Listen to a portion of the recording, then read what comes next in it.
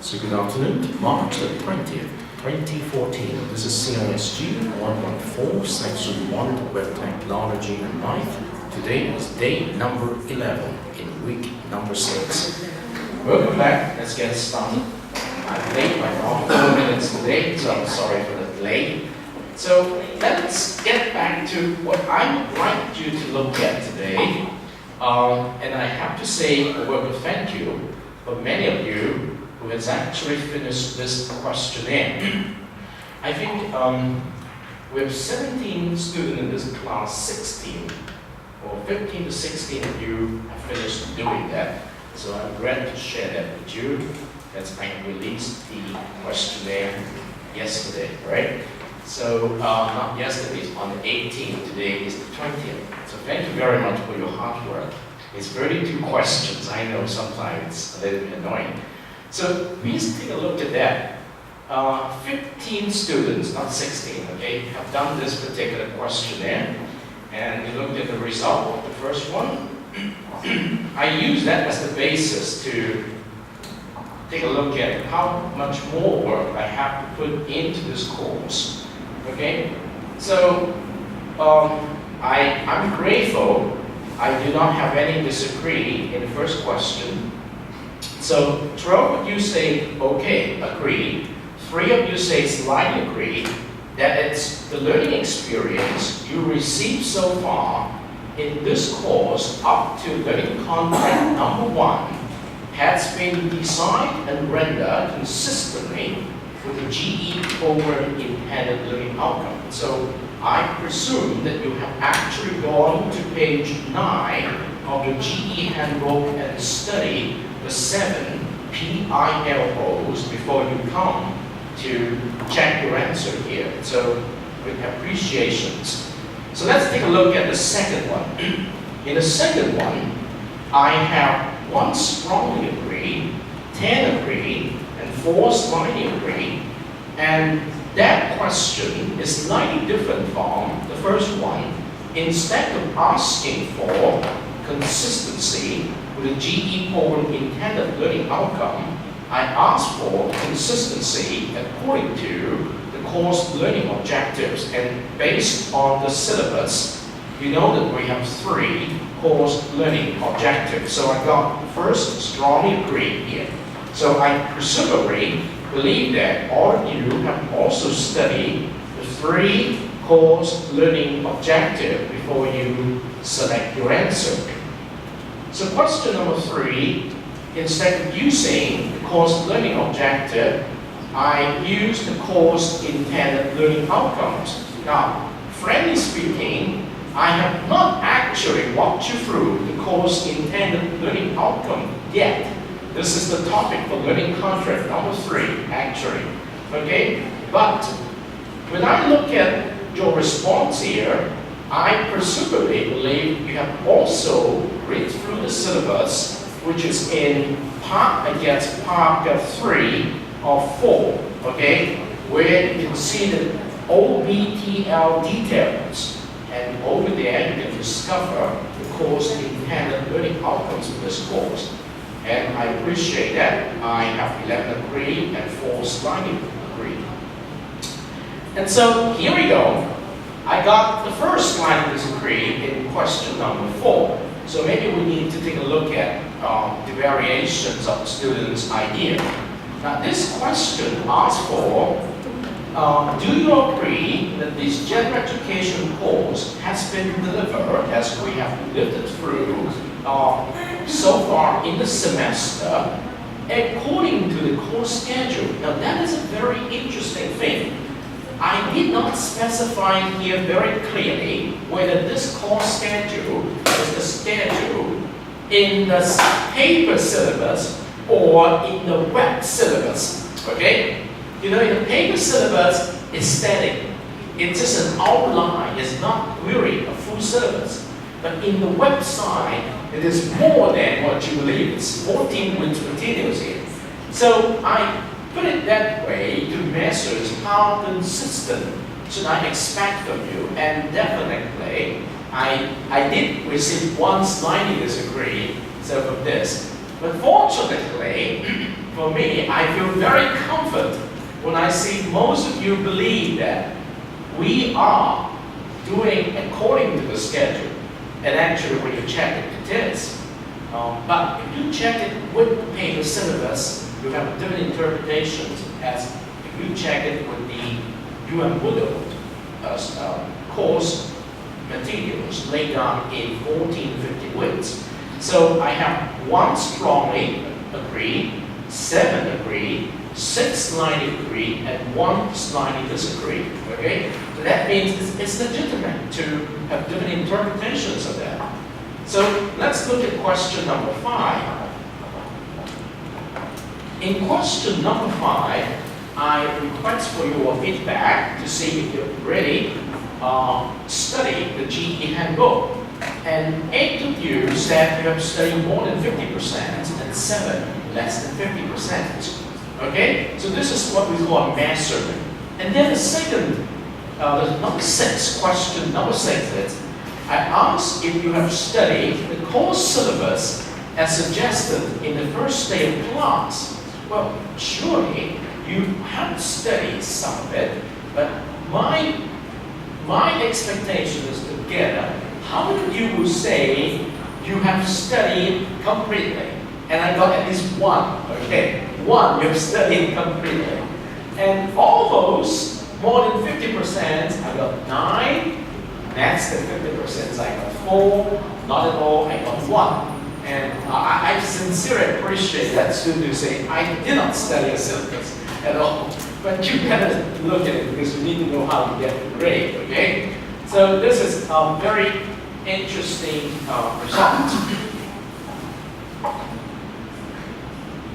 And then, which parts of the syllabus have you actually studied? Now let's take a look at that. We have 14 students who have finished reading Part A, Course Outline. Okay? We have 6 students who finished reading General Course Informations and Policies. We have 7 students who finished reading Design Learning Experience. And we have 3 students who study a little bit on OBTL approach in course delivery. And then we have 5 students who are interested in looking into the OBTL details. Now it is in the OBTL details you can find the course intended learning outcomes. Only there you can find. Actually, the reason why it's put so in the Part E is it's not that important until you finish the first 2 learning contract. Get yourself set up first. Okay? Now, let's take a look at question number 8.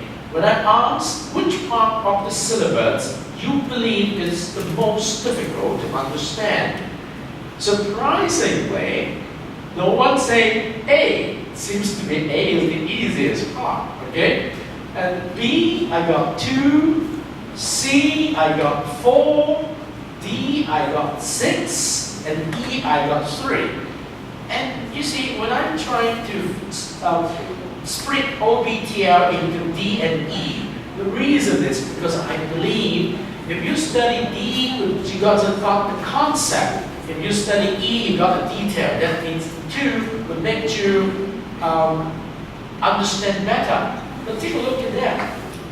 We have 3 students studying OBTL D, 5 students studying OBTL details. And then, take a look at that. 6 students say they believe OBTL D is the most difficult.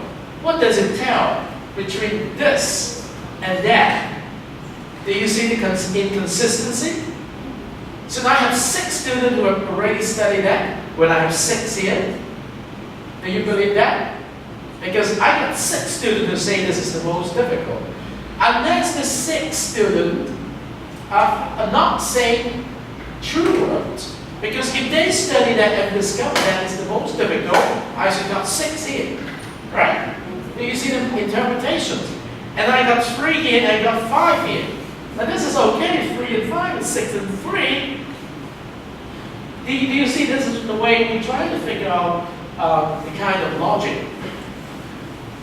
But it's okay. okay, because scientific method inquiry, we use that to understand our students, okay? And questions number 9, have to study course Moodle website as suggested in the first day of class.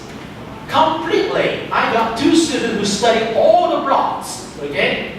And I have 7 students who study between 10 and 15, okay? I got 4 with fewer than 10.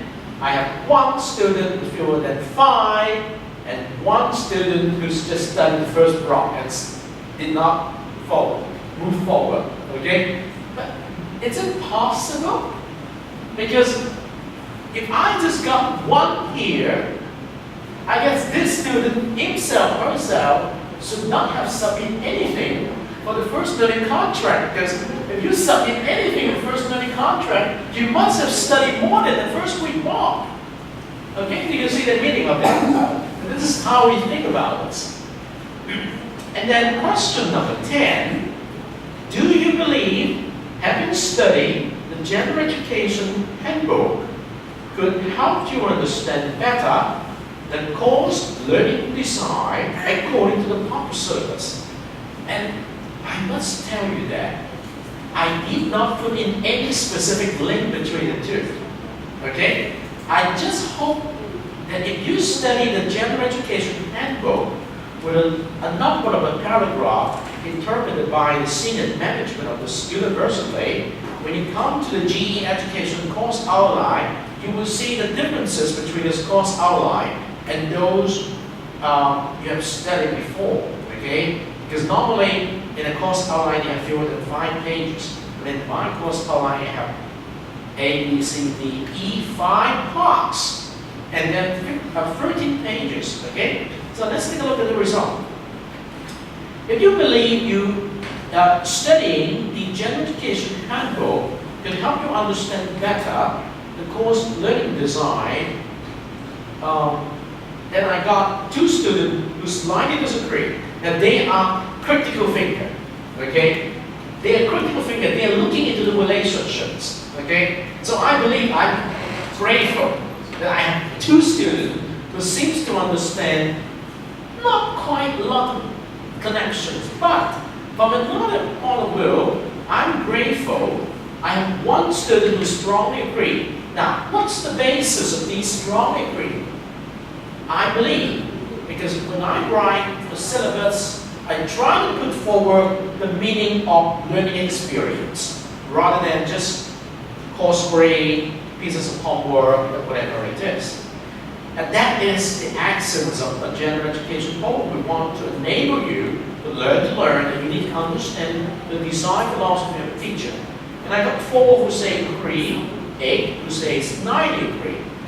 So this is what I expected indeed, and when I'm looking for critical thinkers in the class. And take a look at that again. Very interesting, very consistent. Do you agree, having studied the published course syllabus, including the course design philosophy, as I explained to you last time, can help you understand better the day-by-day classroom and online activity of this GE course? Now let's take a look at that. It is really my belief and my design to write it very clearly in the syllabus and divide it into 5 different parts in order to help you to understand what we are doing in class every day. And that's the reasons why there is something called OBTL approach and OBTL detail. And it is really my hope that after you study the course syllabus, you could understand better the day-by-day classroom activities. And I'm grateful I got 13 supporters of that, and I still have 2 persons who disagree. Now, after trying to figure out the 2 persons who disagree, I've consistently 2 persons who discover the missing link over there. Because if you believe you discovered the missing link in question 10, normally I would say, there got to be something that I have to say disagree. So it's very interesting. Now let's take a look at again question number 12. Do you agree that the published course syllabus, including OVTL details this time, has been well organized to help you understand better the day-by-day classroom and apply activities of this course? Actually, if you look at it very carefully, question 11 and question 12 are of the same time. But question 11 did not specify where you can find a link. The questions 12 tell you exactly, if you have read OVTL detail sections, you should be able to understand why we are doing what we are doing in class. And gratefully, look at that, I got it. I still got 8 personal agree. Very consistent with that, okay? Very consistent. I got 4 persons who slightly agree, very consistent, okay? And I got 2 persons who strongly agree, and I win 1 person, so hear that. And I got 1 person who slightly disagree.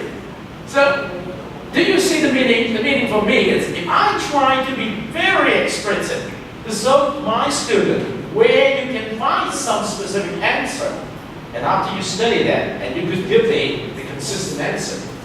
And that's the reason why you see I want 1 more. I have 1 less, not 1 fewer slightly disagree here between the 2 questions. So you see that this is the way we try to measure stuff, all right? And then questions number 13. Do you agree that the blended learning format of this course, as practiced in this class, has been helpful? Okay? Do you understand the day-by-day classroom? And this time, I believe I'm supported by all of you. Okay, look at that. I got 6 agree, 2 strong agree, 7 slight agree. Okay? The 7th one, I have to do something more to show you why blended learning is useful. You seem to agree with me, but look at the way and how it's being useful. I still have to do something more.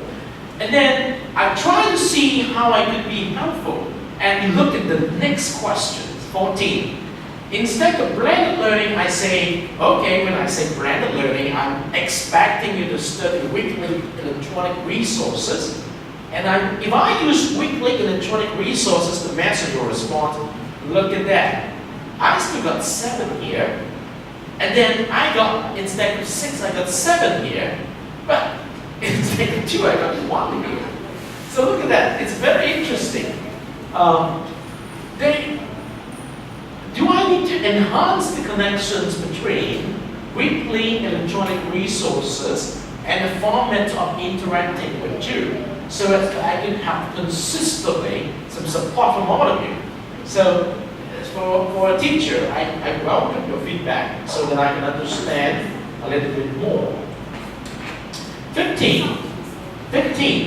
Do you agree that the weekly dual format, now look at the dual format, interactive lecture and student sharing, could facilitate your understanding of this course as far as context and content?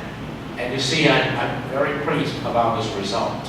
2 say strongly agree, 8 say agree, so I still have 8 persons very solidly convinced, and 5 slightly agree.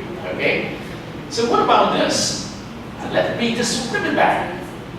Let me go try to see which week's work have you been studying, okay? And let's take a look at that. I just got 1 person, very consistent, only the first week. Do you remember, just now I got a person who say, only the first week? Okay, so this guy comes up again, okay? And then both the first and the second week I got 2. And the first 3 weeks I got 2. Only 3 out of the 4 weeks I got 3. And then all the 4 weeks I got 7. Wow, that's very impressive. You see, that is a very good data telling me that you are following what I expected. Okay? I feel very much comfortable with that. Now let's take a look at that. Aha! Now look. Do you agree that the G course has helped you participate actively in class so far? I got 3 who said strongly agree, and I say, wow, good. I got 8. I got 8 supporter here who's consistent. And I got 3 who slightly agree. But I at least got 1 who said, no, I cannot participate actively in class. So I'm thinking, what can I do more, you see? What can I do? Should I just buy some more sweets? Pizza on every table? And then maybe I get some drinks, okay? So I'm going to think about this, okay? But overall, it's, the design works for the majority of the class, okay? But look at that, question 18. Maybe I need to do a little bit more on the interpretations of independent learning. When I ask for your feedback, do you agree that this course helped you develop your independent learning? I got 2 disagree. So how do you define independent learning? Maybe I need to ask for your feedback. What do you mean by that instead of my definitions? But overall, I got 5 who strongly agree, according to my sharing with you. 6 agree, 2 slightly agree. But look at that. If I got from 8 to 6, it's not so good. But now I got 3. Here I got 5. So I feel very pleased. And 2 here, okay, 3 become 2. That's okay. But instead of 1, I got 2. So it's a little bit very interesting. I have to be very sensitive to your needs. Okay? And what about question 19? Do you agree that the GE course can help you understand the related knowledge applications? Now this one, it's a very interesting one. As I have tried to explain to you, we do not define knowledge as one specific technique in this course. So if I say, oh, you know how to use a digital camera, take some photo of the class, and go to SlideShare and upload the photo, that is considered as one application.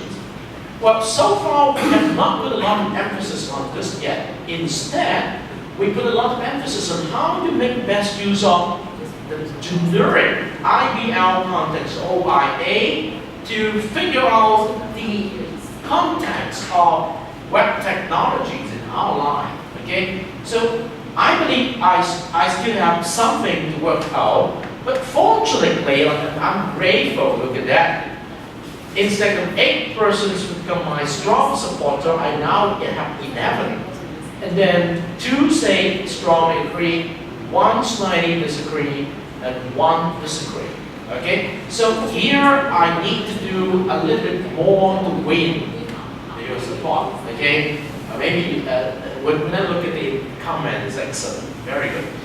Do you agree, number 20, that the GE course can help you think critically about the course topic? And I got all supported basically.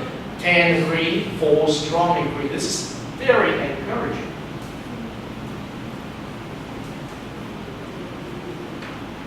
What about communications? Well, I have 2 who strongly agree that this course can help you develop your communication skill. 9 who said, sure, agree. 3 slightly agree, 1 slightly disagree. So what I mean is you do reading, you do writing, and you do speaking, okay? And of course more can be done in the context of group work. And then what about 22? Do you believe this instructor can help you learn to learn in this course? And I got all the positive comments. 3 strongly agree, 10 agree, and 2 slightly agree. So my appreciations. So 23. Now take a look at that. Which item below have you completed and submitted for learning contract 001? 14 people completed online learning journals, 15 completed peer discussion forum details, 13 completed peer discussions report, 14 completed personal blog, 14 completed personal proposal, and 14 completed peer meeting minutes. That's more than 85% of you have done your job. That's very good. And this is a very interesting question. Actually, I do not expect it. But I'm grateful. Look at the response to question 24. 12 of you that actually measures the amount of time you spend completing learning contract 1. Only 3 did not.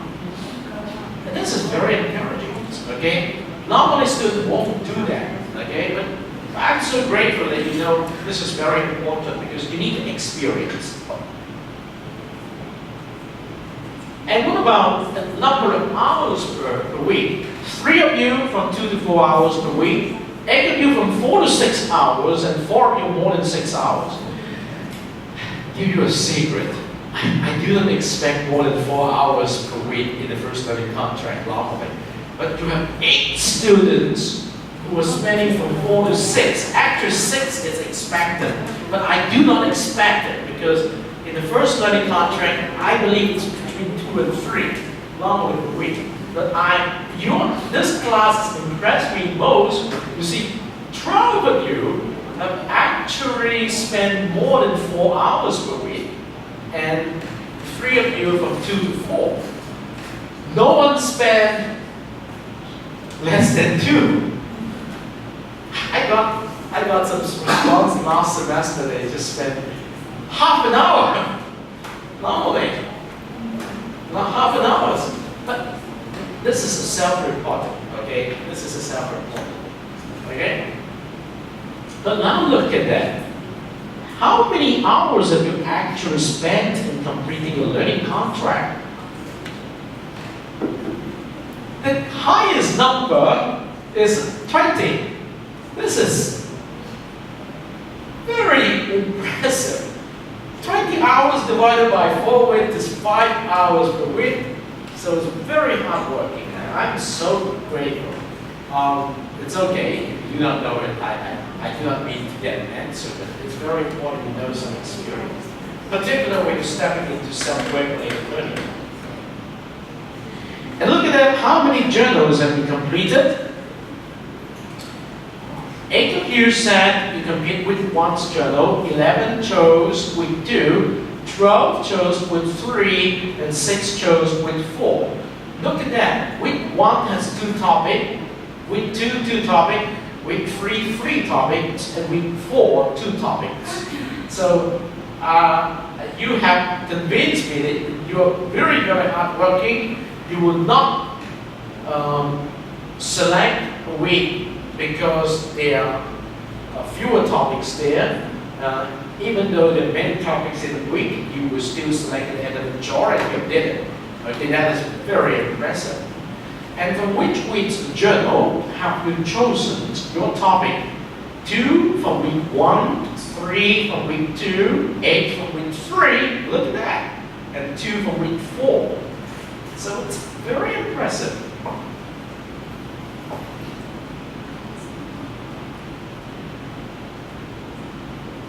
Okay, what is the chosen topic?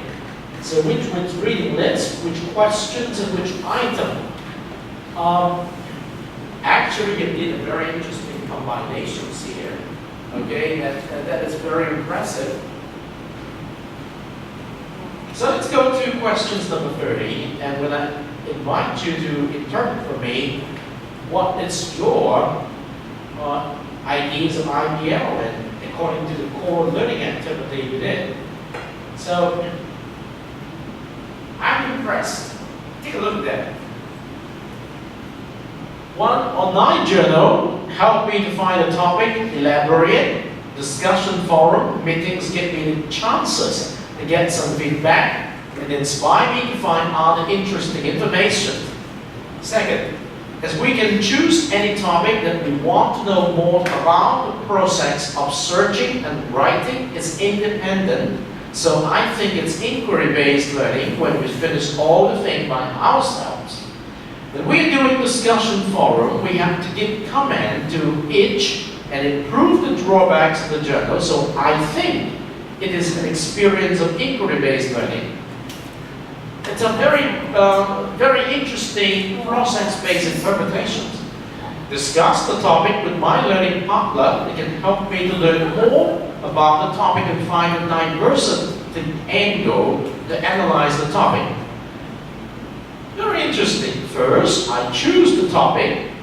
I will study by myself and find informations on the intellect, choose the informations that are useful for me, do the discussions with my partner, or it should be through the discussions with my partner.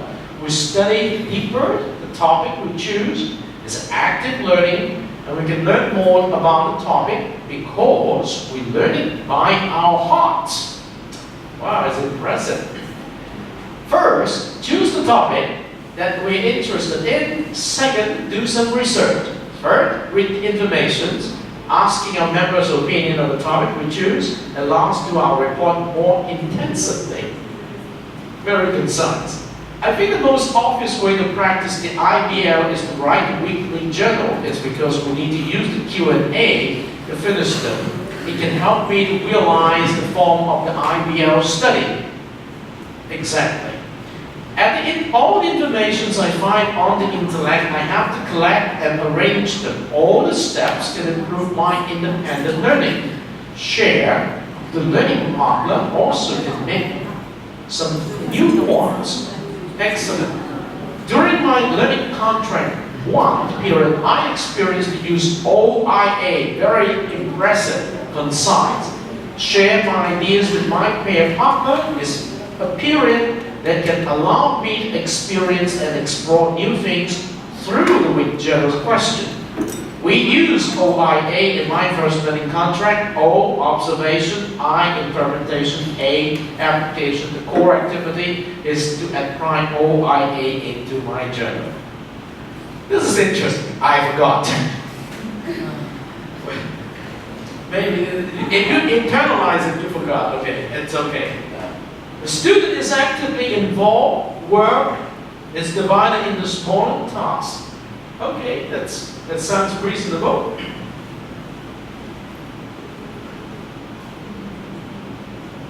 I think asking questions is one of the core learning activities in IBL. Okay? When our instructors show us a video, what can we encounter from? We not only learn knowledge from the theories given by professors, but also from ourselves. We have to think more about the topic, search more information, and try to express our opinion to others. During this learning contract 01, I learned more by myself. I have my independent view on the topic, and this is helpful for me when I have to finish the assignment. This is very good, exactly one of the learning objectives. The learning contract requires me to think critically and actively after watching an online source. I have to analyze it and come up with a question, very good, that is related to the topic. It's a good way to practice IBL, exactly. We do IBL according to learn knowledge quickly and gain our own knowledge. I find some relevant questions for the topic and I answer them by searching the intellect. You have given me the biggest gift of my life when I look at comments like this, okay? Because you got some ideas, all right? And questions like this will come up again in the second learning contract questionnaire. I might ask you to help you to understand your interpretation as RL, okay? Something like this. So let's take a look at what do you like most about this course. I think the discussions with my classmates in class and the discussion forum, because it improves my communication skill and they can give me some ideas of the topics. I believe it's true. I think it may be doing report. Wow, this is interesting. A lot of students say, I don't like report. But what are you going to learn when you write report? You learn a lot of writing, okay? If you check my resources on writing for academic papers, you will see that. Although there's so many homework in this course, I am sorry. So many writing homework in this course, I'm sorry. But there is a purpose behind, okay? It can improve many aspects of learning skills, such as communication skill, time management, learn how to do a complete report, independent learning, my appreciations, okay? You know that. Group working, interactions between lecturer and student. Okay, very good. And also among students, we can express ourselves and be more independent in learning new knowledge. The video, good. I think the week journal is the most useful for me. It's because there is a conclusions, what we learned in that week. Okay, I like this course can improve my English skill and learning skill. My appreciation, very good. I like to exchange my ideas and thoughts with classmates and instructor. It's a good way for me to learn and explore new things without the need to memorize, not to theory. Yes, you don't need to memorize, you need to use them.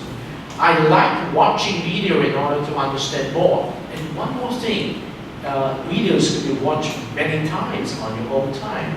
Personal online learning journal is full of resource and information required. I'm not sure at all, maybe watching video discussion, okay, I need to read it back, their discussions.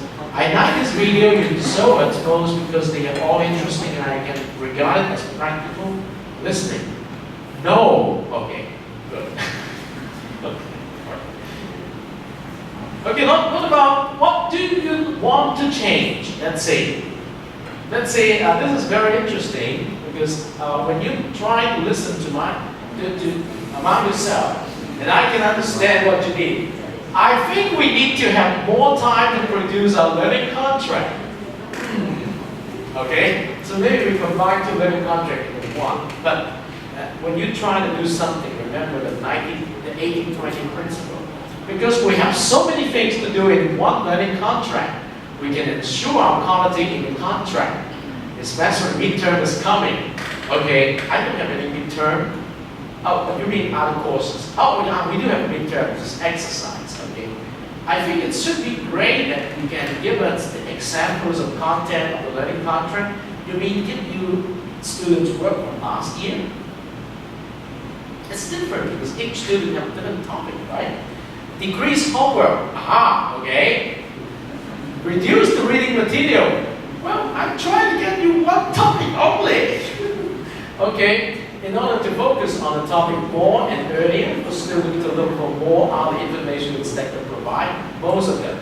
Okay, so you got a chance in this second learning contract, you can share your workload for the weekly journal, 1 week with your learning partner, right? Okay, I think it's good enough. Wow, good. But it would be better if we get some knowledge about some software or online application. Okay, you got it, you can get it. Yes, definitely studying from the second learning contract. We will have at least one example a week, all right? Oh, I did so many YouTube before. I say you put it on the table and then the video tape or the table. No. I remember I used the iPad and say, yeah, you go to YouTube, there is a video link or something like this. You can capture your discussion. Okay. Give more time to complete a learning contract. How much more time? Okay. Maybe I need to set another question. How much more time you want to give you a learning contract so that will be good, okay? And then I think that the content of the course is too much for us to study in one semester. Of course, there's more content than you can study in one semester. You need to select them. Don't study all of them, okay? You don't need to study all of them. You need to select, find your path, okay? Remember the theme song? Low Yun's guitar, remember that? You just find your path, okay? Find your path. And I think more discussions during the class and then you can do more interactive activity, okay? Learning contract includes too many things, which make me quite confused. Oh, yes. My learning partner needs to explain to me many times in order to finish our learning contract. I'm grateful your learning partner can explain to you, that means he understands it. Okay, that's good. Okay, at least you got some friend who can explain it to you instead of come to me. Videos spoke too fast. I cannot hear carefully. Oh, you just watch the poem as many times as you want. And sometimes you watch it with a software, you can slow down the video speaking, okay? And this is something that reasons why it's put on the web. And maybe you can break video twice. Okay, we try. If it is very important for discussions. Redesign the platform. It looks too clogged. You mean the environment? Okay. So maybe we try. Now it's one block per week. Maybe we can expand that makes it easy not to notice certain thing. Okay? Okay. All right. I think that lots of things to hand in for each learning contract. All right, 6 items. Maybe change them into 2 or 3 is better. 2 or 3. Oh, you mean you just want the report, so you do not want the journal.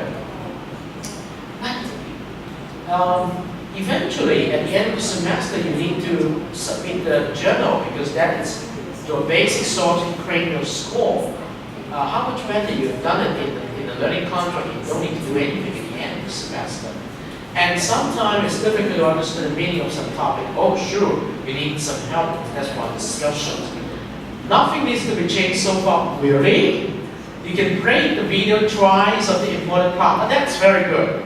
In order to understand the video clearly, yes. Sometimes it's important. Oh, by the way, have you heard about TED-Ed? TED-ED? TED-Ed video? Oh, TED video is built on top of any YouTube video. Maybe I will get one for you to try. In the TED-Ed video, you watch the video, you stop at any time, and you answer a question. And then you can provide a discussion basis. That might help. That's an idea here. Let me try and give you some study next week. No, okay, that means very good. You know, I'm so grateful that 95% of the class complete the questionnaire, and that is very excellent in terms of the return. As a teacher, the only way for me to understand more from you as a whole is through a questionnaire, and then with the individual grading of your first learning contract artifact, I hope that I can do a much better job in the second learning contract. Okay? So let's come back to today. This is day 11. All right?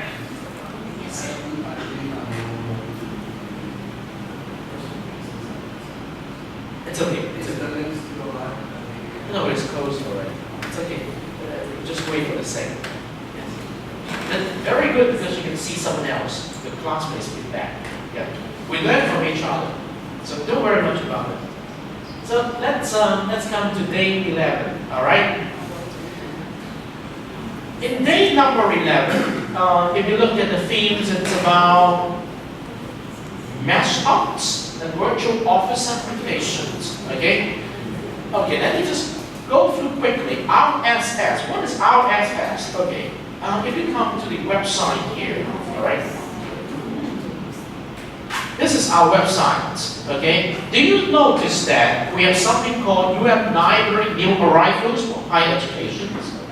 On this side, the right column, all of these are examples of RSS because every day, those agency is going to give me new information, just like a newspaper, on the right-hand column of this UFO environment, which is related to the educations column, the communications of the ACM education for faculty focus, teaching and learning. If you click on any one of these links, this thing will bring you to something that is related. So let us try to see one of these. Yeah. For example, 4 lessons. Here you can see that when I click on the link like this, I will be brought to this blog called the Faculty Focus blog, which will help you to understand teachers' work. And the reasons why I can click a link on the UFO side and I will be brought to this blog is because I have subscribed to the RSS. Okay? Very simple summary of good sources of information here. I've given you some of these, okay? And then week number 6, beside the RSS here, you also have podcasting. Well, a podcast is a very interesting audio records of something. We like to listen to the radio, okay? Have you listened to the radio? Of course, and in the radio we're doing programs. In the programs, we just have voice record. A podcast is a voice record of anything significant. It could be a lecture, it could be a conversation. It's very interesting. Okay? And in the examples here I gave you, there are a lot of podcast sites you can visit, and a lot of students who listen to what is meant by a podcast by listening to a podcast. And social bookmark is something very useful. Well, normally in your browser, if you use Firefox, they have a bookmark in which you can keep record of the individual site. But that record are only located in your computer's browser. What if you want that bookmark is available anywhere in the world? So whichever computer you use, when you use Firefox, you can still get access to this bookmark. And that is the social bookmarking concept, which is available. We say it's in the cloud. So whenever you are, you can just download it from the cloud. So I have videos here, which you can watch here, okay? And it's very good. So in order to kick off today's class, let me just go to Web 3.0 from 1.0 to give you a hat review. The internet is very much alive and kicking. The first generation of internet sites primarily gave information. But with the rise of sites like Facebook and Amazon, the web has become increasingly interactive. On this Web 2.0, it's mostly the user who produces the content. Without contributors, there would be no Facebook, and without people who post information on Wikipedia and their clips on YouTube, there would be no interaction on these sites. Meanwhile, most people have become familiar with Web 2.0. Logging, tagging, social networking, and social bookmarking have paved the way to a next step in the development of the web. The step to the intelligent and omnipresent Web 3.0. Web 3.0 is not totally different from the web we know now. It is in many respects a continuation of existing techniques. Think of the so-called recommender systems that make a personal approach on your website possible.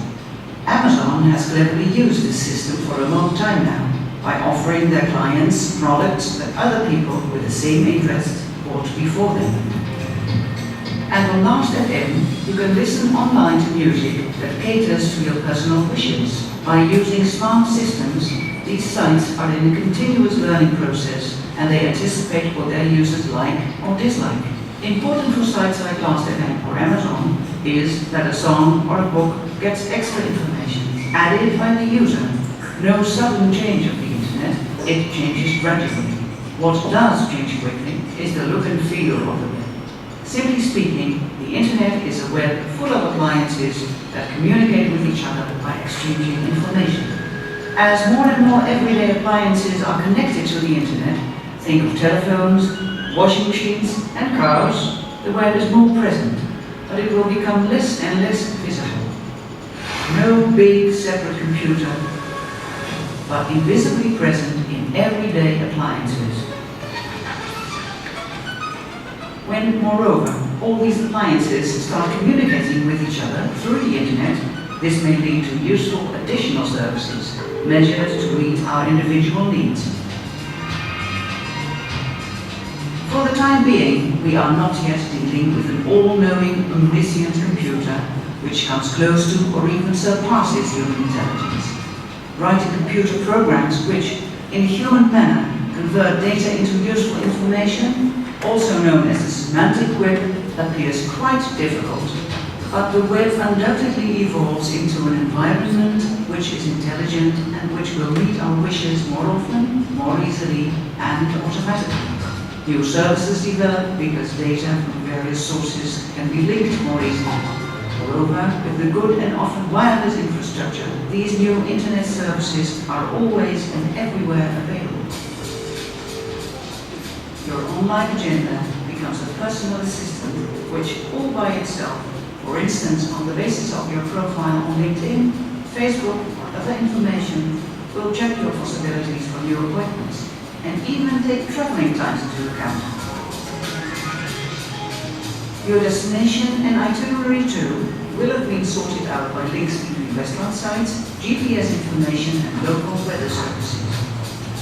EPN, the Dutch think tank on the impact of information technology, approaches Web 3.0 from various points of view and draws attention to its implications citizens or society. Okay, here's a very interesting but short video helping you understand the transitions from the first generations of web to Web 3.0. You might have noticed what we're talking about, and when Web 3.0 is appearing here, and we see a little bit of this, is the connections of any device with the intellect. And so we call this Internet of Things. Now, I do not want to talk so much about this first, but I want to give you a very simple question to think about, and each table try to think about it for at least 5 minutes. What are the differences between intellect and the World Wide Web? What are the differences between intellect and the World Wide Web? So you need to ask yourself a question. How do we characterize the intellect? How do we characterize the World Wide Web? Okay, this is the first question. Spend some time to talk about this. Okay? You might want to join them. Thank you. Take care. It's okay to go. What are the differences between the intellect and the World Wide Web? Okay? So, how do you describe the internet?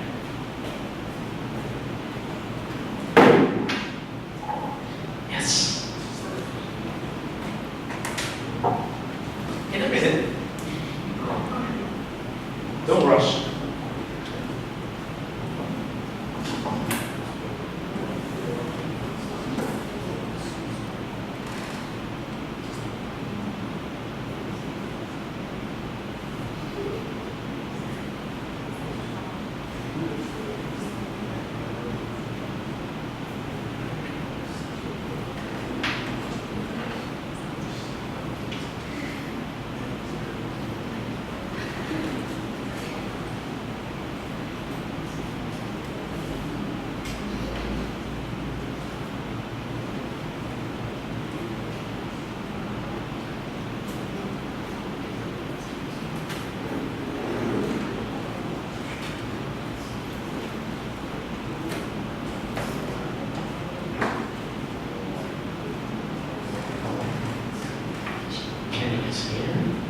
Sarah, again, thank you.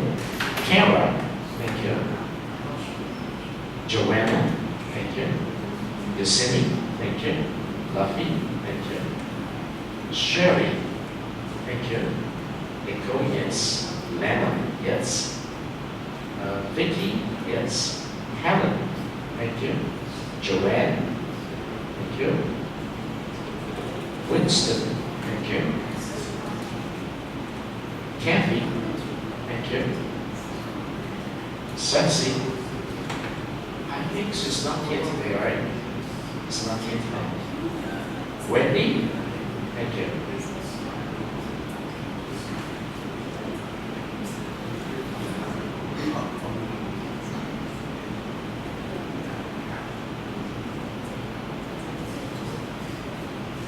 So what do you think? How do you describe the intellect? And how do you describe the World Wide Web?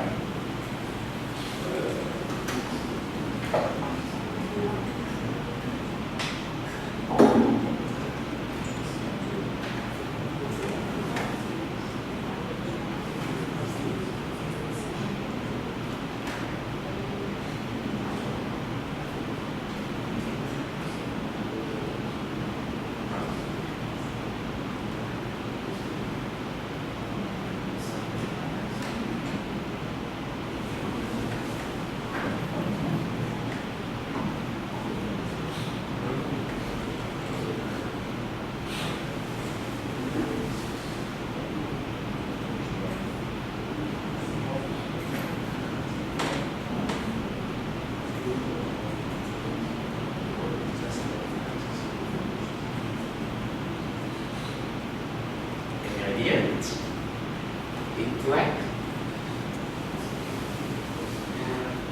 I put you together because it's not.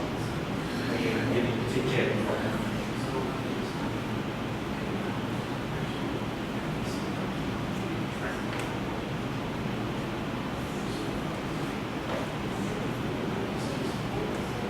So may I suggest you can give some ideas at any time of your convenience. Intellect. What is meant by intellect? Yes. Can you tell something? Anything. You do not need to give a long answer, just ideas. Yes, intellect. The World Wide Web is part of Internet. World Wide Web is part of the intellect. Okay. And the World Wide Web is through the browser to search the Internet, to access it. And then the Internet is including email and other sources that in the Internet. So maybe our Amazon or our WeChat is just like a part of Internet, but and then the World Wide Web is the access of the website, is it? Okay. You're giving us a lot of very interesting information. Let's try to sort them out. The first idea is World Wide Web is part of the intellect. And the intellect supports the World Wide Web. This is the second. And the third is the World Wide Web includes websites. Intellect supports emails and many other things. Okay, let's go with there. You hear that, right? Okay, now let's see what you can offer us on top of this. We're trying to put things together now. Well, I'm just gonna support that point.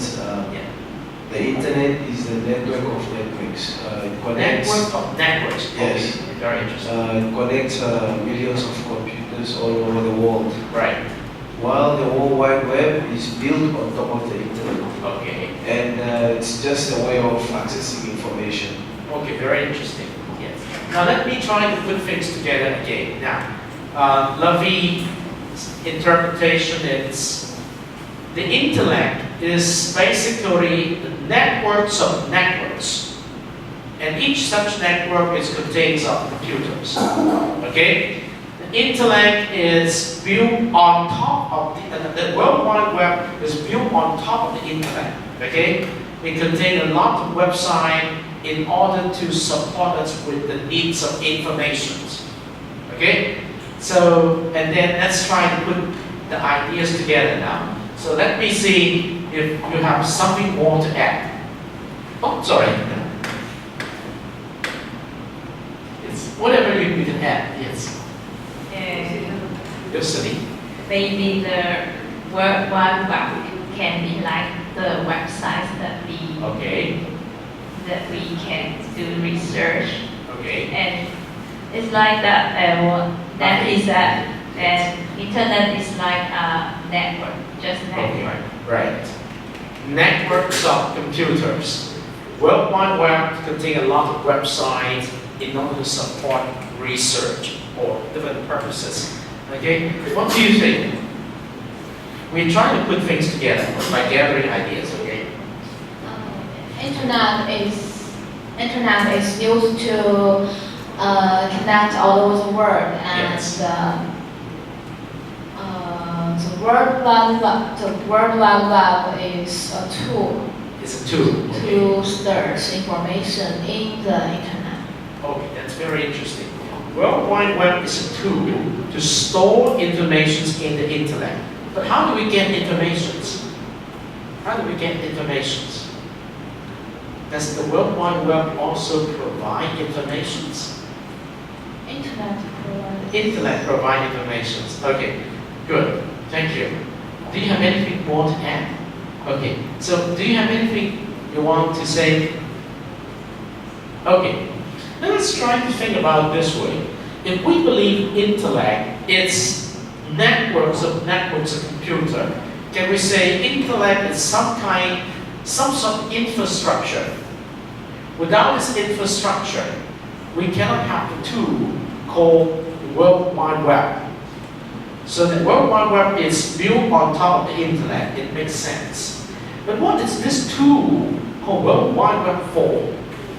It's for storing information, providing information to do research, to any other idea? Let's take a look at what we do with the World Wide Web. I will go home. I will surf my I will surf the internet with my computer. I come to use my Facebook. Through Facebook, I can keep in touch with my friends all around the world. I could even see what they eat, what they drink, because of the very good tools on the World Wide Web. Facebook has video and upload the photos, and I can keep track of what my friends are doing. And these are not necessarily research-based activity, but actually social activity, right? And then what does it mean? It's a convenient tool for us to live our modern life, keeping friends of us in touch. And then if I happen to be a student, and if I need to complete my homework in 1 or 2 days, according to the requirement of the homework, I need to discover relevant information. I will go up to my internet and I use my World Wide Web through and then through the World Wide Web I can use some search engines like Google, Yahoo, and I might even go to Wikipedia to look up related information. And those informations are collected from websites which are established in or through the World Wide Web. So can I say internet is the hardware and the World Wide Web is mostly the software used to necessary or rich informations distributed in the internet. What do you think? What do you think?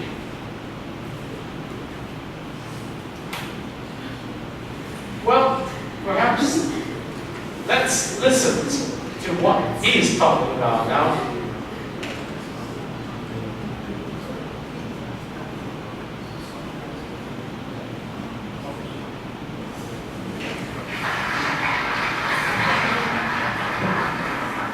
Hello, I'm Arlen Nipper. I'm here to tell you about the Internet of Things. I did a little research. I've always loved TED Talks. I did a little research. And I've seen that there's actually been quite a few TED Talks on the Internet of Things. So fortunately, this is the last one there'll be, because in the next 17 minutes and 45 seconds, I'm going to tell you everything you ever needed to know about the Internet of Things. So the Internet of Things, it's here. Or is it? If it is here, where is it? If it isn't here, when is it going to get here? The Internet of Things. What are the things that we're talking about? And more importantly, when the Internet of Things comes to fruition, is it going to really reduce complexity, add value, give us more time in our lives? Now I can say over my 34 years in embedded, I've seen some incredible projects. I truly believe that Internet of Things is going to bring all these things to our life. I've seen some incredible medical projects, transportation projects, security. Across the industrial sector, the Internet of Things technology, the notion, is truly helping us. But we're talking about things here, and these things are embedded computers. Embedded computers have been around for 40 years now. They're, as we've seen, their capabilities are expanding at more capabilities. But it's the human mindset of how we apply these to the problem, I believe, that's inhibiting the expansion of the Internet of Things. So when I go talk to customers about Internet of Things, whether it's devices, whether it's infrastructure, services, or complete end-to-end Internet of Things service delivery, we always get into these what ifs. Like, what if? So, very simple notion, the Internet of Things. Well, Arlen, but what if that's actually, what if it's end-to-end, or it's another technology? And the Internet of Things is kind of like Jessica Rabbit and Roger Rabbit. It's like, I'm not bad, I'm just drawn that way. Well, the Internet, they couldn't have taken a worse acronym, because it's really not using Internet technology the way we know it, like HTTP and browsers. But that's what we're calling it. So that once we get the classification right, we go, well, geez, it's the Internet of Things, so we're going to have to get connectivity. So we have wireless or Ethernet or wired connectivity or mesh networking. And then once we get that, we have to figure out, well, okay, which CPUs, is it going to be Intel architecture or is it going to be ARM architecture? And then what operating system are we going to run? And once we get that, we're going to say, well, geez, what development tools are we going to run? C or Java or C++ or Objective-C? And then once we have the hardware and the operating system and the connectivity, what's going to be our discovery protocol and our data representation protocol? How are we going to manage billions of things in this new world of the internet? And then finally, it's like, well, geez, if we're going to have billions of devices, we're probably going to have to connect up to cloud computing. And then we're going to be creating all this data, and there's this new thing out there, it's called big data. I think that could be important, but to do that, I have to understand Cassandra, and to understand Cassandra, I can run Hadoop to run analytics. Well, wait a minute. Something that looked pretty simple is actually a lot of very complex layers of computer technology and communications and security and cloud computing and data representation and back-end implementations. So really, we've got to get to the point where for the Internet of Things to really take off, to scale to the 15 to 50 billion devices by 2020, something pretty radical has got to happen. The most profound technologies are those that disappear. And so for the last 15 years of my career, I've been trying to make embedded devices disappear. So what are we going to do? How are we going to approach this to where we can enable the Internet of Things and actually come to fruition and help us in our lives? So if I look back, I've got some notions here. And the first thing I can say is that of my 30-year career, I can basically split it into two parts. The first 15 years was, embedded rules, IT rules. The second 15 years was, well, wait a minute, maybe IT had some notions that we should have been looking at when we were designing embedded systems for the last 15 years. So one of the real opportunities I had in my career was I got to work with IBM Pervasive Computing Labs. I got to go to Hursley, England, and actually develop technology as IBM was trying to get into the pervasive computing. And I had an opportunity 12 years ago to fly to Zurich to be one of the keynote speakers at this conference that IBM was having, and they were announcing pervasive computing department. So I fly into Zurich, I get to the hotel at 10:30, and I still remember her name. Bambi Grundvig was the director of marketing for IBM, and she called. She said, "Arlen, we've gone through your slide deck. Everything looks really good, but we just need you to add one more slide to your deck." She goes, "We're going to announce pervasive computing, but that means we've moved from somewhere. So we just need a real simple slide from you. What's the difference between embedded computers and pervasive computers? And could you have that done by tomorrow and have a good evening?" So I put this question up there. I usually give my audience, some time to think about this, but today you only have 5 seconds. What's the difference between an embedded computer and pervasive computing? And then about an hour later, as I'm trying to explain this, I'm starting to panic because I haven't really come up with a good explanation of the difference between these two. But the explanation that I came up with, actually I've lived with for the last 15 years because it was an epiphany to me. I was sitting there, I couldn't explain the difference between embedded, pervasive, M2M, Internet of Things, because in my mind, they were all the same. But it's not the same. And so really, what I came up with is that an embedded computer system is typically a microprocessor-based system that encapsulates and process knowledge. Okay? This is an embedded computer. This is a pressure transmitter that goes into the industrial process control plants. This, 30 years ago, this was an analog device. Today, it's a digital device. It's 5 times more accurate. It can tell you when it has a fault. Note, no keyboard or display, or reset button, by the way. Okay, But the best example I can give you is, actual example, is we had a customer that did mechanical peanut packaging machines. And they needed to improve the process. And so they were going to take the mechanical packaging machine and put a computer on it and make it better. So they go, they picked Joe in cubicle 6. Joe, you know the process of our current peanut packaging machine, so you need a computer to automate it. And Joe did that. He sat down, he took embedded computer technology, and he made that machine. It was really cool. You had a big hopper with peanuts came into it. The bags came across the conveyor belt. Air would blow into the bag. It popped open. They dumped a known amount of peanuts in. It would stop the flow of peanuts. It would come across. A heat sealer would seal it. The bag would go off the machine. They increased the efficiency of that machine 100-fold. Great stuff. 6 months later, sales department comes back to Joe in cubicle 6. Joe, we can sell 1,000 of those machines to a new customer, but this customer wants to take some of the metrics off of your new peanut packaging machine and take it into their new. I would hold you here and I would invite you to go home to continue watching this. Now what he's talking about, let me borrow a little bit of this idea. Of course, he's talking about intellect of things. But what we are discussing here is what's the differences between an intellect and the World Wide Web. Now, let me just try and put the ideas together that I got from you and a little bit on him. I would say, if you can't remember that, based on Navi's suggestion, intellect is networks of computers.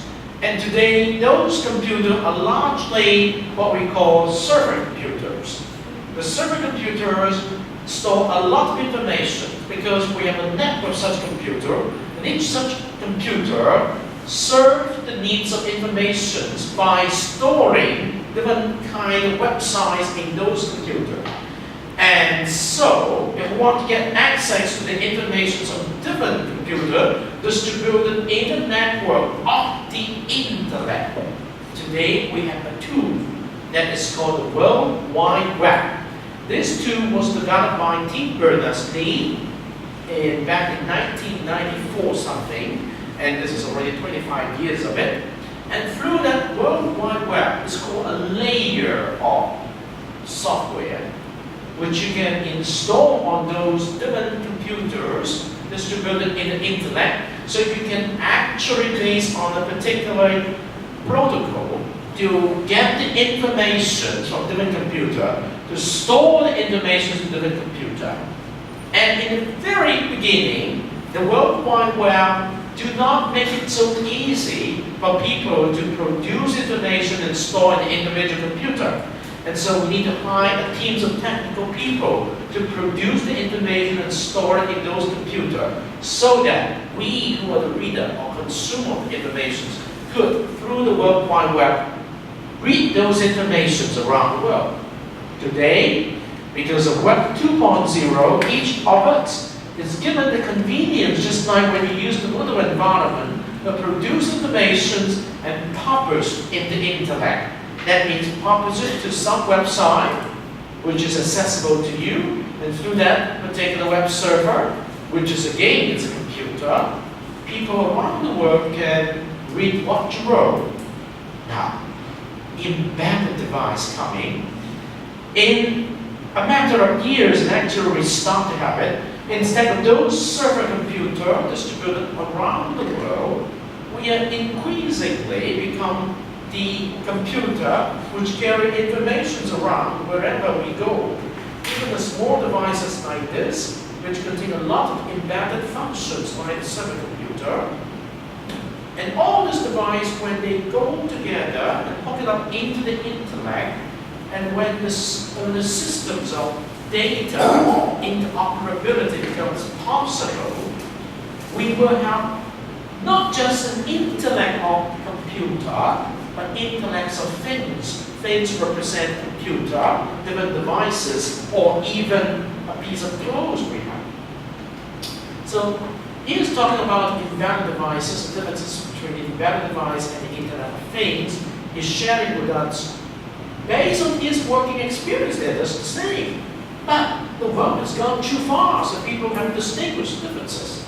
And when they asked him to tell the differences between those embedded devices and the Internet of Things, he needed to stop and think about what he has to produce for them. And he took the device up and said, this is what I mean by Internet of Things, or embedded device, but now it's so much easier. I'll give you a practical example. You're going home now, and it's very hot, humid. You want to go home to have a cool environment. So before you go home, you use the device set on your air conditioning devices. So your air conditioner home is turned on, say 10 minutes before you arrive home, and your heater can also be turned on 10 minutes before you arrive home. So when you want to take a bath at home, you have hot water. But now, if we do not Internet of Things, what we call the smart home, we need to go home, we physically turn on the air conditioner, then we can feel the cool air. We need to turn on the heater and we do 10 minutes before we have a hot water. Okay? And without the Internet of Things, if we want to apply for a transcript, we have to go physically in the registrar office of the university, write a piece of application form, and then turn that in, pay the money, and then come back in 1 or 2 days to pick it up. But with the Internet of Things, you might just go online, with your mobile devices to send applications right there, and pay through money transactions of your bank account into the university's account. Everything is to be done like this. So today, when we talk about the differences between the intellect and the World Wide Web, it's already an old question. Okay? So I hope I can give you more next week when you come back. Make the best use of time. You know what you have to do in a secondary contract, and you need to know you have to form strategic partnership with one other pair of our team towards the end of this learning contract. So thank you very much for coming today. It's already 4 o'clock. Sorry I didn't give you time to share, but actually, how many of you have decided to share today? No? Okay, next week, make sure you decide to share. Okay? Thank you very much for coming.